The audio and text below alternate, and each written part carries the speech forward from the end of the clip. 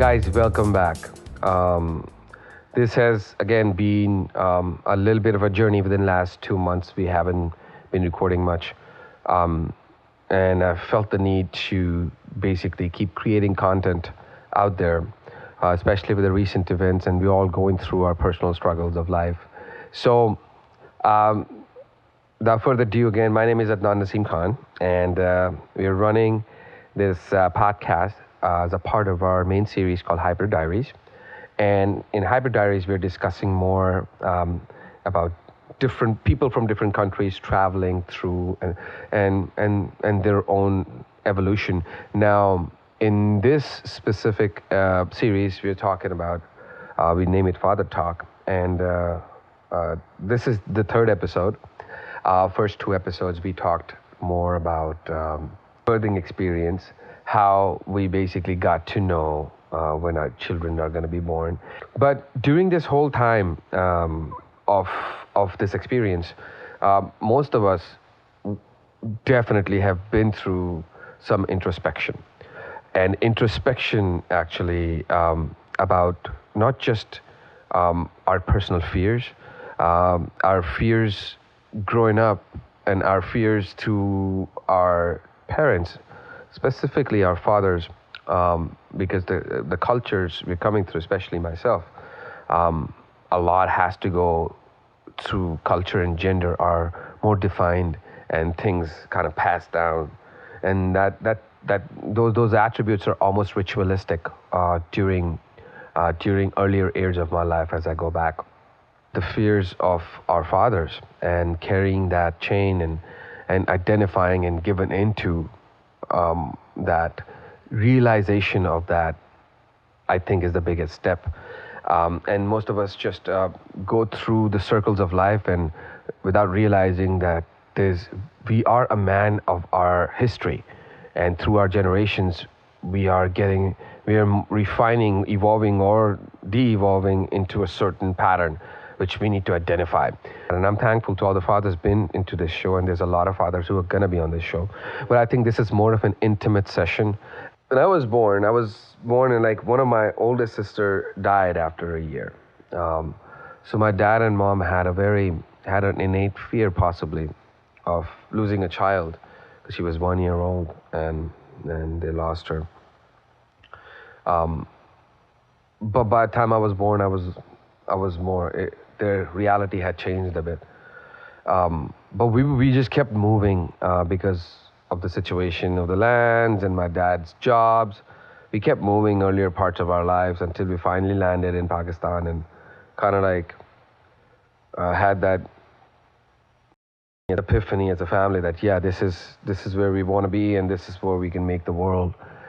But then quickly, my dad was like a very hardworking man, but he never had a very strict, regimented plan. He's not a very structured man.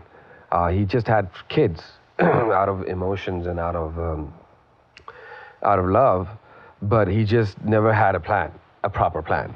So it's always like his idea was this of the culture of the kids are born, and then your kids are born to take care of yourself after a while.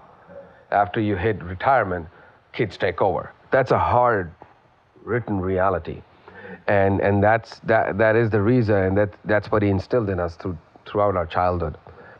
With my father, because I grew up, here's it.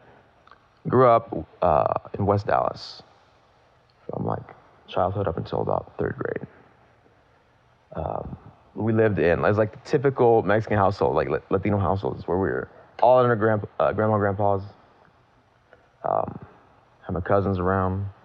And so then third grade move out to Terrell, to East Texas, right? And so I remember growing up around people that were like, they didn't look like me, because I was always very light complected, but they were still like, it was, West Dallas, Singleton, a lot of Hispanics, a lot of Latinos, a lot of people from the Valley, from Mexico. And so there was like that familiarity, right? The culture. And then to go to East Texas, I remember like the people over there look a little more like me, but they don't act like me. We're not the same. So it was this weird, like, just inverse, and it was country music. It was, good old boys, back roads, right? And I would just remember wanting to go back. Like when I was in high school, I was like, I kind of want to back to the city. All you do in East Texas is drink beer.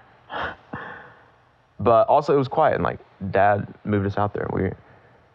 They got a house, like it was beautiful. It's a beautiful home, and it's like completely remodeled now. But anyways, Dad was a truck driver when I was growing up. He still is actually. Hard worker, hard ass worker. An Aquarius. He would be gone for like days at a time, weeks at a time sometimes, or a week or two. Not a long time, but like it was enough, And so there was some of that. Only child. Only child. Huge. Oh, wow. Yeah, so it would be me and Mom at home. I would have a lot of alone time. You're one of the people who can really, I consider as a human more than men or a woman. So what has been your experience like? I mean, how have you become what you've become versus what your past was, how you were born into this world? I actually had two fathers. My first biological father was more abusive, like physically abusive, was alcoholic, the story that everyone else has. Was pretty violent and very reactive on his emotions. So I saw that at a very early age, like someone making rash emotional decisions. As a kid, I remember seeing that, and there's fear. There's real fear, like like I'm gonna die or something. Or seeing your loved ones, my brother, my mom at the time. So yeah, some pretty deep stuff would happen. So my mom made a good decision to like, okay, I need to leave this guy, So I think it was a first step of her being strong too, and realizing, hey, I have a choice. Like I was saying, we have choices. Do I need to keep, feeding into this, the black wolf, or do I want to feed the white wolf? Yeah. So, I praise her too for finally, okay, I need to make this choice, not only for my health, but for the health and well-being of my kids, which was me and my brother. Yeah. So, she made a good decision to leave him. But then she was single for, I don't know, a couple of years or something, and then she met another man. And he was almost like what you said, your father. He was a good provider, very business sense. But he was never there. I mean, he was there, but there was no, there was no, I guess you could just say like a real love, right. Or even just that, hey, let's go throw the football back, or hey, let's go. I mean, he liked to do some cool things. He was in the video games and stuff like that. But I don't know if he ever really connected with me and my brother, because we were more artists, into music and drawing. And I think he came from more of an engineer background, because that was his background. Right. And so I don't think he could connect. I don't really blame him, even to this day. It's like, okay, well, he just came from a different mindset. His brain worked a little bit different because of the way he was brought up, probably, and his father. So I have, I don't know, one father. That's two very aggressive personalities. Yeah, totally. You've dealt with already. Yeah, but two fathers that were there physically, right? but I don't think really provided the emotional or the love or so I got that mainly from my mom. And I, to this day, think like my older brother is more of my father figure because my older brother protected me from when our dad was abusive, protected me even when my second dad, because he could be uh, like abusive, but in a different way, not like physically or whatever. Yeah, and he was a big guy too, kind of, and when you're young, he came from a military background, so when my mom married him, all of a sudden it was just real disciplined, which was good. I think some discipline is good. Blame the thing. We were part of my dad's downward spiral, and it was a lot of it was going into directly into us, instilling into us, and a lot of it became a retaliation in later on period of my life. So I lived my life in an obedience and retaliation at a very contrasting level. And that made me a man who I am now. But being a father now myself, I think about all these things. Is first, like, I want to walk away from all of those. There's the only sensitive and difficult part of this whole journey, which I would say the most intense part of this journey, is realizing that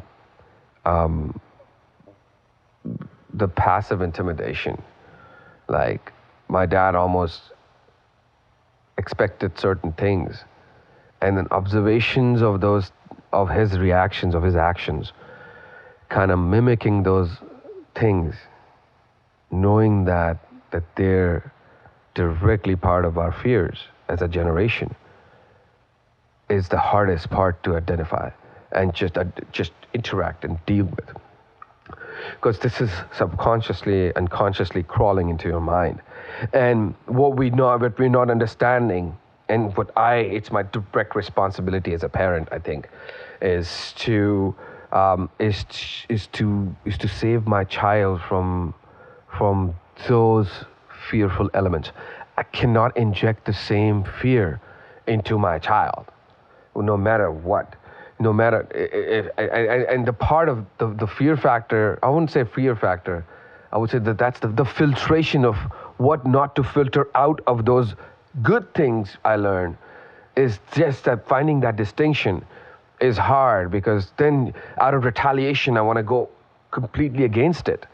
But then there were good things. There were a lot of good things. There were a lot of good lessons, a lot of good evolution, a lot of good adversity. But and that's what makes us human, I think, But identifying those certain fears, which I could see my grandfather doing too, sense of abandonment, sense of trust, sense of building trust, all those deeper things are still bother me, and those things are part of me. I have to protect what I think personally is a downward spiral for my next generation, and keep that upward spiral and evolution going. And doing that is I think it's hard, because you're battling through your personal self, and during all those battles you have to take care of everybody around you. There's sense of responsibility. All those responsibilities they have a lot of they occupy a lot of bandwidth, and still battling through your dreams is what I've learned so far, and I want to continue that journey, and every day is a new day, and there's some fears are harder to interact with versus some fears are a lot easier. What we don't realize is just a shift of your imagination. Like, I need to be set for Leo. You know what I mean? Like, I would never want anyone to feel like, I don't know, any of that talks. There's a lot of machismo, like really bad things in the culture. There's a lot of beautiful things, but there's things that need to stop, And this is the shift that we're experiencing now, from this patriarchy crumbling to a balance of, honoring honoring what I believe like the divine woman. Because there's been a lot of damage, like especially the earth mother, like it's time to like, she's working too hard. Too hard. We're working like her too hard, you know what I mean? And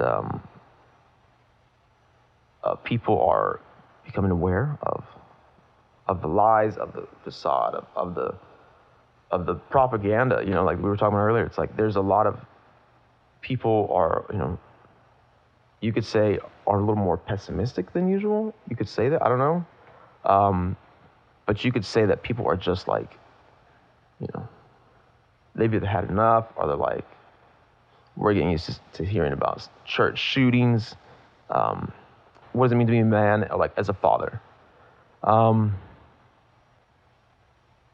That is something that you have to ask yourself and quit like setting up your pillars on what other men do or what someone tells you to do or what you saw growing up, right? That is very, very tough in a different sense. That's very, very difficult work. It's humbling and it's challenging because you have to lean on things as a man that you haven't been taught or you don't know. It's never getting first time. DIY, like do that shit yourself, man, because the less you need outside and the more you realize all you need is you as a man. Yeah, absolutely. All you need is you. He still grew up pretty rebellious, despite of all of that. Yeah. You know? Yeah, I think at an early age, kind of made a decision not to let that affect me in a reactionary way. Sort of like, I think that maybe it was even a self-defense mechanism that I let either that abusive flow of energy flow through me. Yeah, getting affected a little bit by it, but like instead of holding on to it and like trying to own it and like let it kind of bubble up, it's there, but like how to try to, okay, it's there, understand it, breathe and let it flow, you know? And then even another father who was there provided it was all, you know, economically had all the provisions we needed, but not the, you know, even the good slap on the back, hey, good, you know.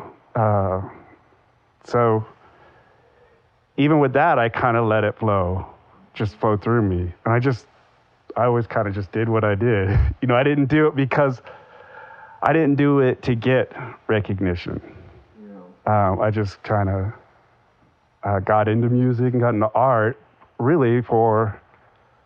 Just like Kobe Bryant, man. Yeah. He found the court. You found the stage. Yeah. I found my stage. This is like, these are our therapies, right? Yeah. These kept us sane, you know? Yeah. And I don't think our fathers collectively had that outlet, or if they did, they kind of denied that, right? Yeah, I think you were touched on it too. As artists, all of us being artists in our own way, we probably use our art form for therapeutic reasons. Yeah, for therapeutic reasons. Oh, yeah. You know? Otherwise, we would be like really depressed if we were not doing what we're doing. Yeah. So going. Find a way to deal with it. So going back to the cycle real quick and going back to the rebellious aspect of things. As Vincent mentioned, thanks for sharing your story there. I